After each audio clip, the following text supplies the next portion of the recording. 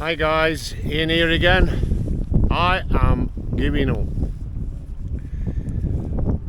I'm fed up with debating on whether this camera is suitable for what I want it for, which is my camping channel on YouTube. I think I am going to stick with this camera. Okay, so I'm out and about with the dogs at the minute, and I think that this camera is good enough for what I want it for. I know it's an action camera, and let's face it, I've not got much action in me anymore. I'm not going to get on a motorbike, motocross, and thrash about the countryside, although I could, because we've got the room to do it. But I'm not going to get on a push bike and do these multiple big jumps and things like that. I'm just going to use it for what I bought it for, and that is camping. Come on, animals. I've just got to keep this camera far enough away from me so as to not upset. So I'm just going through my gate. Turn around, let go of the gate.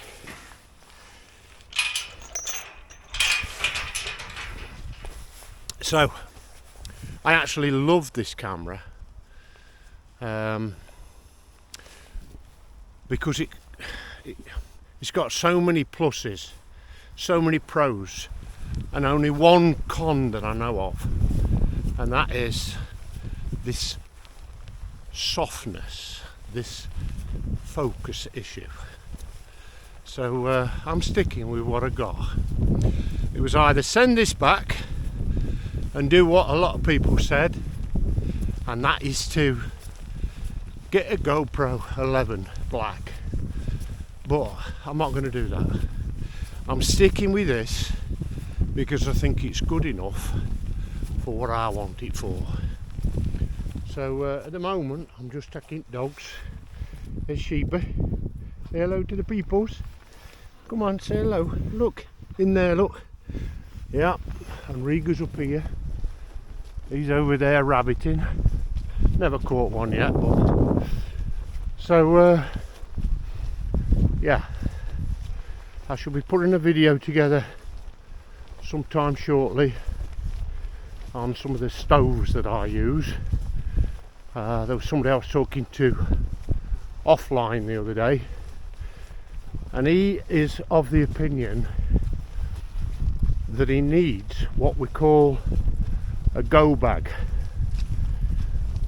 Okay, so more about that later in another video. Go bags. Do we need a go bag? Now, a lot of people, they worry about this war and so on and so forth, and they're thinking about Armageddon.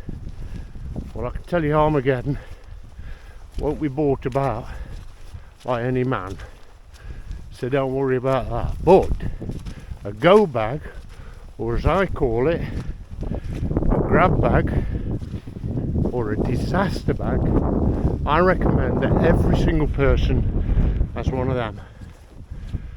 So we'll be talking about why and what should go in it in another video. What else? Some of the food that I use. Now this gate is a bit tricky. Good girl. So, because Riga's a bit chunky like me, we have to slide it out. Look at them views, guys. This is home. This is the Staffordshire Moorlands. Down there is home. Over that way you've got Waterhouses is just down there, you can just see it probably, and we've got Wetton Mill, Dovedale that way, Thorpe Cloud, all that sort of thing is that way, and then we've got Leak is that way. The Morridge, you can't quite see that, it's behind the back of that hill, and that's where the mermaid pool is.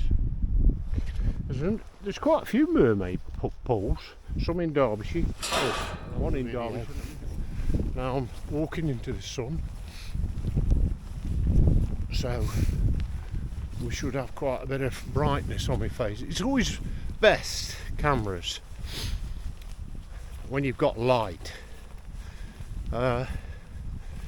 Sometimes it's not practical with what I do, because the time that I need light, we can always during the daytime alter the exposure, but light, I need that at night, because we're spending a lot of time in tents this time of year, so 14 hours sometimes we need light. And I've got an LED light that I use. I'll show you the one I use, because it's a pump as well for my airbed. Sorry about that. How's the clouds, guys? Are they looking good? That one's a bit dark over that way, and it's coming this way as well. Yeah. Now I haven't bought my other batteries with me, because this wasn't meant to be long, but I just wanted to tell you I've given up, not arguing, but talking about this soft focus issue. And as I've said, I love DJI products. This is the only one I've come across that I've heard people really complain about, and it's a shame, really. I think that soft focus will be addressed in time. I think they should be focusing on it.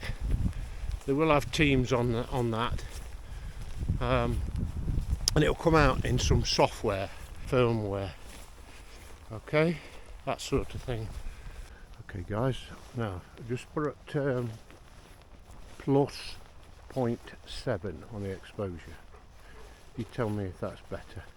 The dogs are totally confused. What we're going back for? I like me walk. I shall do that later. Hey, incidentally, guys, I've had a delivery today. I was looking at some rab jackets. I want something that's really waterproof, and I know that a lot of the serious campers, I'm semi-serious. I do like camping this time of year, but you've got to have the right equipment. Another video on that probably. And with the right equipment comes expense, like a rab jacket. The one that I've got on right now,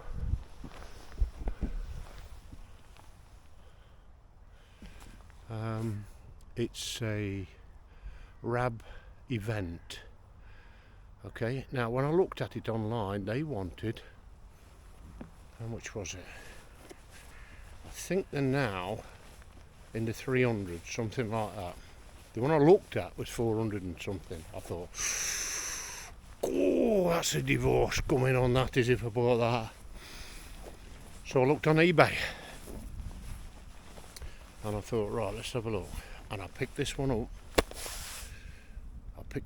All it's got inside is a bit of a pocket coming away, and a little bit of the lining that's got a little rip in it. £103. I thought, I'm having that. And I spoke to the wife, bought her some boots, and buying a new watch for the wedding anniversary. And she said, yeah. So that's it. We've got a decent jacket now. I am going to reproof it. It's clean. I think it's been cleaned, but I do want to reproof it. I went out on it for the first time the other day. It was pouring it down. It was brilliant, but I want to put some nick wax reproof on it, and then we'll be good to go for a decent camp. Because the last time I got wet through in the 5 mile walk video, whew, it came down ever so quick, short, but a deluge, and that jacket I was wearing was certainly not good enough for the job. We need to stay warm, we need to stay dry. It's breezy today, I don't know whether you can hear it on the mic, but when I went out the other day, the wind did not go through this. Brilliant. So enough from me. I said I was going to go and I haven't. So guys, thanks for listening. Bye bye for now. Love you lots. Bye.